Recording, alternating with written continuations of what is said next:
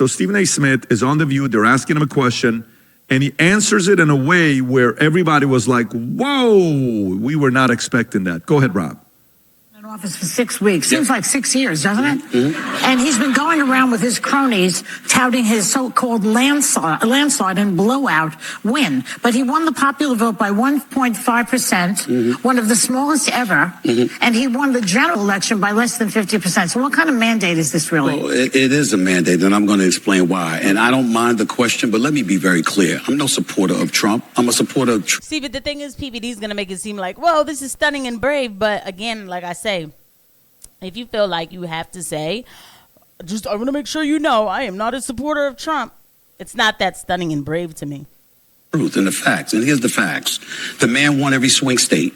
He increased in terms of his voter turnout in his favor from the standpoint of blacks, Latinos, and young voters. He increased his numbers in that regard from 2020. 89% of the counties shifted to the right. That's a mandate. We can sit up there and play around all we want to. In 2020. Now, I guess because he's hardcore and he did shut Joy up, this one was fuming. We did talk about this yesterday. I guess he's like really, I guess in a way it is stunning and brave. Fine. Like, it's so elementary to me, but all right, fine. I get it. And this is also the same person who, during the time of the jab, the way he acted, I'm sorry, it's going to take me a while to get over that. I'd have to talk to him myself one day because he was just out of bounds. But whatever, let's go through this clip and see what the guys have to say about what Stephen A. Smith, how he reacted and their reaction to it. Trump didn't win the popular vote. He didn't win the electoral college vote. A matter of fact, the Republicans hadn't won the popular vote, if I remember correctly, since 2004. But they did this year. So 20 years after they last won a popular vote, they won the popular vote. They won the electoral college vote. The man won every swing state. And on top of it, 89% of the counties shifted gears. I don't understand how people can look at that and say, there's no mandate. There's a mandate. Well, it's a different definition of a mandate, I guess. But the problem is that if you're the Democratic Party and you lost 49.8% to 48.3%, and you're looking at that 1.5% dip, that's an excuse for you to say, what we did really wasn't that bad. We should continue to do that. So don't continue to do that. Find a new strategy. Okay. Rob. Oof. Do you know how uncomfortable all those women in the panel were by literally sitting next to a black man? I don't like this guy. Okay, all right, sorry. Yeah, shout out to him for serving. Thank you for your service, Rob Smith. I can do that. I don't like this guy. That's not just going to nod on like a bobblehead and go along with all their Democrat talking points. So look, the Democrats have a blackmail problem, right? Everybody knows that. And Stephen A. Smith has been very savvy and kind of like coming from the sports commentator world. He's extremely successful and then kind of putting himself into the space where I'm going to say I am not for Trump, but I'm going to sit here and I'm going to tell you the truth about everything that is going on right now. It's very savvy because, and this is where I'll throw the black card down on the table. If you are a black man, Democrats have absolutely nothing to offer you. The black men that Democrats push forward are either gay, drag queens, the Cory Bookers of the world, the people that are just going to sit there and basically be dominated by like loud, masculine black women who are the face of black people in the Democrat Party. So there is a real opportunity there. And Stephen A. Smith, I think, is positioning himself perfectly. And he's going to run with this, right? And so I think that this going viral speaks to how rare it is that we actually see a black man literally stand up and say, well, no, I'm not going to sit here with these Democrat talking points. I am going to tell you exactly what it is and be unapologetic about it. If the Democrats, again, it seems like I'm advocating for Democrats. I am not. I'm telling you, I just despise these people. Rob, I'm not a Democrat. I am not a Democrat. Literally, not a Democrat. Never will be. But if they lean into the Stephen A. Smiths of the world and they lean into this messaging, those black men that they lost to Trump, just your run-of-the-mill, you're working at the barbershop, you're working class, whatever, that is the black man that they lost to Donald Trump, right? And I am not going to say that those black men will never go back to Democrats because it is still deeply unpopular to be a Republican in the black community. So Stephen A. Smith doing this right now and the fact that this is going viral tells me that he knows what time it is. And Democrats are going to start figuring this out maybe later rather than sooner. Okay, Adam. Well, does anybody have more credibility on this topic than Stephen A. Smith?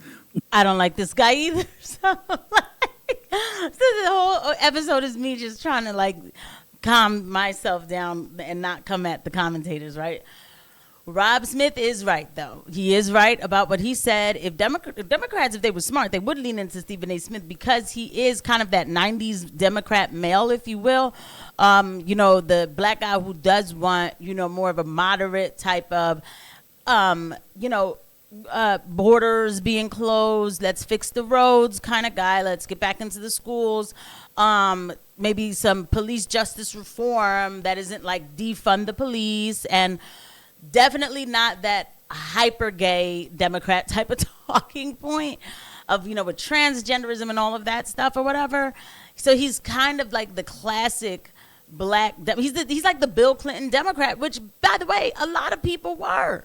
I mean, a lot of people used to be Democrats, The Democrats lost the way. I mean, we know that they lost the way. Now, sadly, I'm sorry, I'm looking at where the ball is going. Republicans will lose their way, too, because they might be punch drunk with their W's, I guess. I don't know. I don't know, but I'm sorry. I'm not.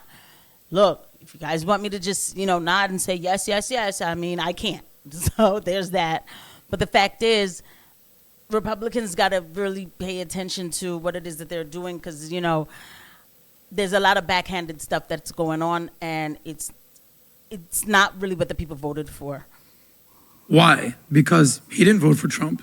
The first thing he said, he goes, I'm no fan of Trump, but let me tell you in truth. And fake Bette Midler over there, whatever her name is just doesn't know. That doesn't mean it. It's a man that, shut your mouth. No matter what he says, she's just getting wow, it's not a bad. They've got no response. They've got nothing. But here's what I will say.